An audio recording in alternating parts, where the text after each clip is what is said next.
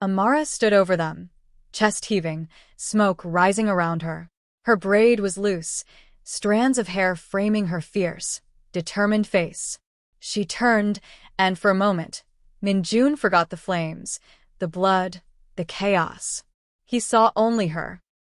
Back at the mansion, he refused to let her retreat into silence. "You saved me again," he said, voice low but insistent. "And I'm grateful. But you can't keep shutting me out." "What are you running from, Amara?" Her shoulders stiffened. "I'm not running." "Then why do your hands shake when your phone buzzes? Why do you look at me like I'm asking questions you can't afford to answer?" Her eyes widened, just for a second, before she masked it. "You watch too closely." He stepped closer, his voice barely above a whisper. "Maybe because I've realized your fight isn't just mine. Whoever's haunting you, it's eating you alive." For a heartbeat, Amara's walls wavered. She wanted to tell him everything, to share the unbearable truth of her parents' suffering, of Chaik's chokehold on her life. But fear clawed at her chest. If she told him, she would drag him into another war he didn't deserve. "I can't," she whispered. "Please don't ask me again." Minjun studied her, his gaze softening. "One day, Amara, those secrets will tear you apart. And when they do, I'll still be here." Her throat tightened. She turned away before he could see the tears burning her eyes. That night, Minjun made a decision. "Move her into the main house," he told his head of security. "From now on, Amara doesn't leave my side." It was both protection and something else, something he couldn't name yet. Amara resisted at first, but she could hardly argue after the bombing. She moved her things quietly, setting up a small room down the hall from his. For the first time, they were under the same roof, the same shadows pressing down on them. The first night passed in uneasy silence. The second, Minjun caught her singing softly in the kitchen at midnight, her voice low and haunting, like a memory of another world. He didn't interrupt, he just listened, captivated. By the third night, he knew he was falling, and that terrified him almost as much as it did. It was near midnight when Amara woke with a start. Something was wrong. The air felt heavy, electric, as though the mansion itself was holding its breath. She reached for her weapon, creeping into the hallway, and froze. At the far end of the corridor, a figure stood in the shadows. A woman in a sleek black dress, her hair cascading over her shoulders, her hand gloved and steady around the pistol she held. "Gee." Her lips curved into a chilling smile as she raised the gun, aimed not at Amara, but at the door behind her. Kong Minjun's bedroom. Amara's heart slammed against her ribs. She had seconds. The mansion's walls had never felt so fragile. Jie's intrusion days ago had rattled every soul within the estate, and though she had been captured, the echo of her smile still haunted the halls. To Minjun, her face behind the prison glass wasn't that of a woman defeated, it was of a predator biding her time. "Chains rust," she had told him, her voice silk and venom. "Locks break. My reach is longer than your life." Those words replayed in his mind, even as extra security tightened around him. Yet no matter how many guards he hired, Minjun could not shake the sense that the walls of his world were closing in. And Amara knew it too. She barely slept. Her footsteps patrolled the corridors until dawn, her silhouette flickering past the cameras like a restless shadow. But beneath her vigilance burned another war. Her phone buzzed at night with messages that made her blood run cold. She kept them hidden, but every vibration dragged her deeper into despair. Chaik. Her past. Her curse. One evening, as a bitter wind howled across the garden, Minjun found Amara standing alone under the stars. The air was sharp enough to sting the lungs, yet she wore no coat, her arms folded tightly across her chest. "You'll freeze out here," he said gently, stepping beside her. "I've felt colder," she murmured. He studied her profile, the set of her jaw, the tension in her eyes.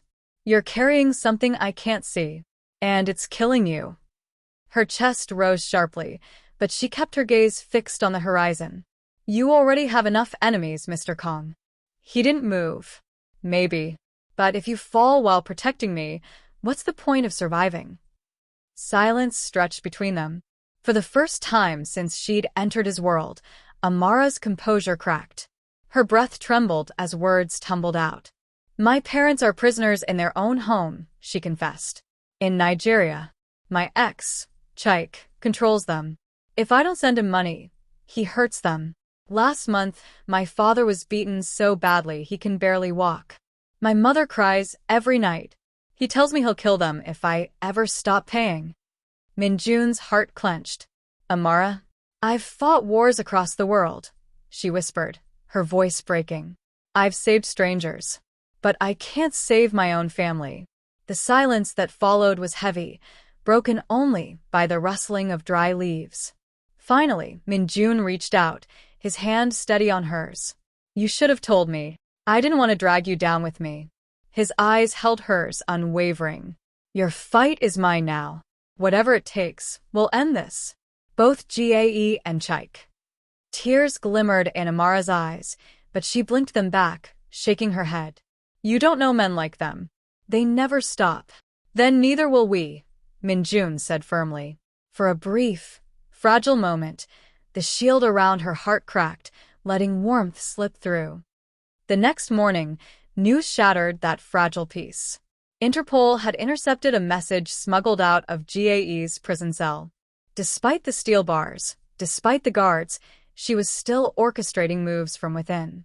The message was simple but chilling. "Coordinate with Chike. Strike both fronts. End them." Amara's stomach dropped. "No." The officer looked grim.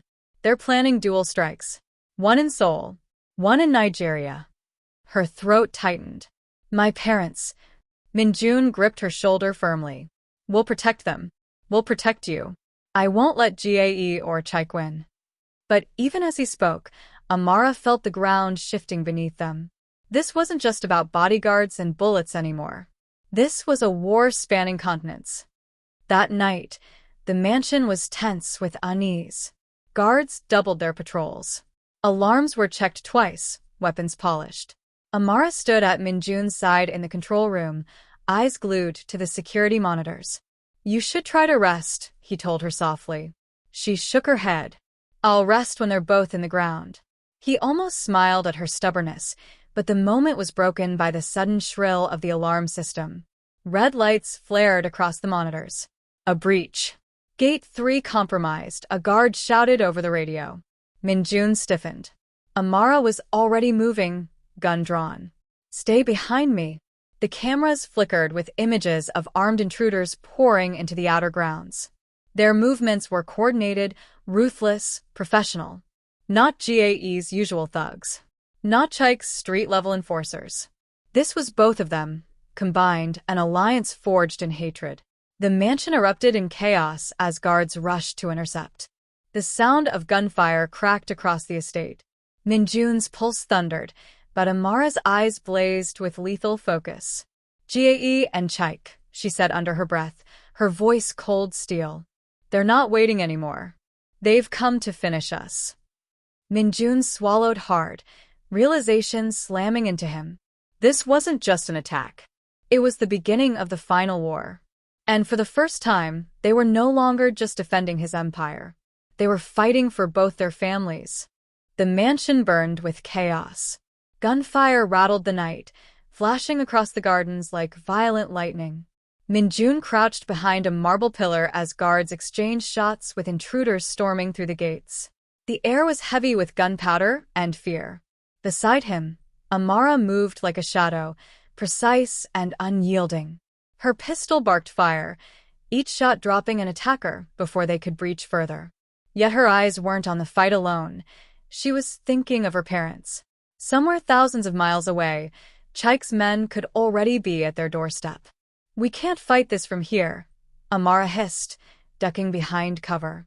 "They've split the battlefield. If we stay, my family dies." Minjun's jaw tightened. "Then we split too." It was madness, but it was the only way. Within an hour, plans were in motion. Trusted guards would hold the mansion with Interpol's reinforcements, while Minjun and Amara would fly directly to Nigeria on his private jet. The journey was a blur of tension. The engines roared, but neither could sleep. Amara stared out the window at the endless night sky, her fists clenched. Minjun reached over, brushing his hand against hers. We'll save them. And when we do, we end this nightmare for good. For once, she didn't argue. She only nodded, gripping his hand tightly until dawn touched the horizon. Nigeria greeted them with heat and dust and the smell of danger. Amara led the way through streets she hadn't walked in years, her every step haunted by memories of Chaik, the man who had once held her heart before turning it into a cage. They tracked the threats to a crumbling warehouse on the city's edge. Inside, Amara's parents were bound, guarded by men with rifles. Chaik stood before them, tall and broad-shouldered, a smile twisting his face when he saw her. "My Amara," he drawled, "still protecting others. But you forgot your own blood." Her mother sobbed at the sight of her daughter, but Amara's eyes never left Chaik's. "Let them go. This ends tonight." Chaik chuckled darkly. "Oh, it ends. But only with your life." Before he could signal his men, Minjun's voice cut through the room. Calm, steady, unshaken. "No. It ends with yours." Gunfire erupted. The warehouse shook with violence. Amara moved like fire, dropping guards one by one, until only Chaik remained. The fight between them was brutal, no guns, just fists and fury. He struck like a hammer, but she moved with lightning. Every punch carried years of fear, anger, and defiance. Finally, with a roar, Amara slammed him to the ground, pressing her blade to his throat. "This is for my parents," she whispered. But instead of killing him, she snapped the cuffs from her belt and locked his wrists. Rot in a cell. Interpol agents stormed in moments later, taking Chaik away. Her parents collapsed into her arms, sobbing with relief. Minjun stood close, his hand on her back, steadying her trembling shoulders. "You did it," he whispered. "You're free now." Weeks later, the storm was over. Gae and Chaik both faced trials that stripped them of power, sentenced to life behind bars. Their networks crumbled, their shadows gone. The mansion in Seoul, once filled with fear, now glowed with quiet peace. On the balcony overlooking the city lights, Minjun took Amara's hands in his. The night was calm for the first time in months. "I used to believe I'd always be hunted," he said softly. "That my life would be nothing but boardrooms by day and nightmares by night. Then you came. You fought for me when I didn't even believe in myself." Amara's eyes softened, her lips trembling into a small smile. "And you fought for me when I was too scared to admit the truth." He dropped to one knee, pulling a small velvet box from his pocket. Her breath caught as he opened it, the diamond glinting in the moonlight. "Amara," Minjun said, voice thick with emotion, "marry me.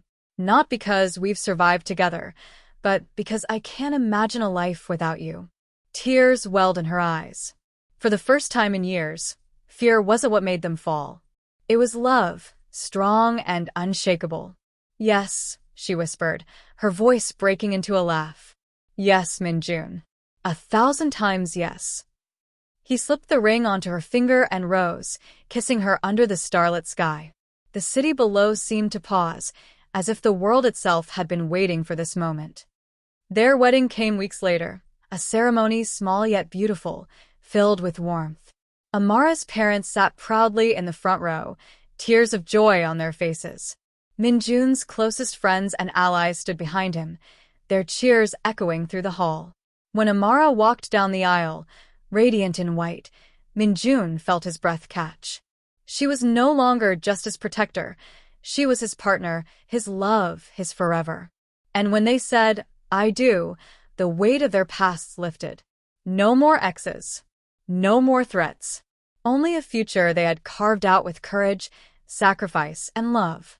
As they kissed, sealing their vows, the world seemed to whisper what they already knew. They had survived the crossfire. And now, they would live in peace, together, forever.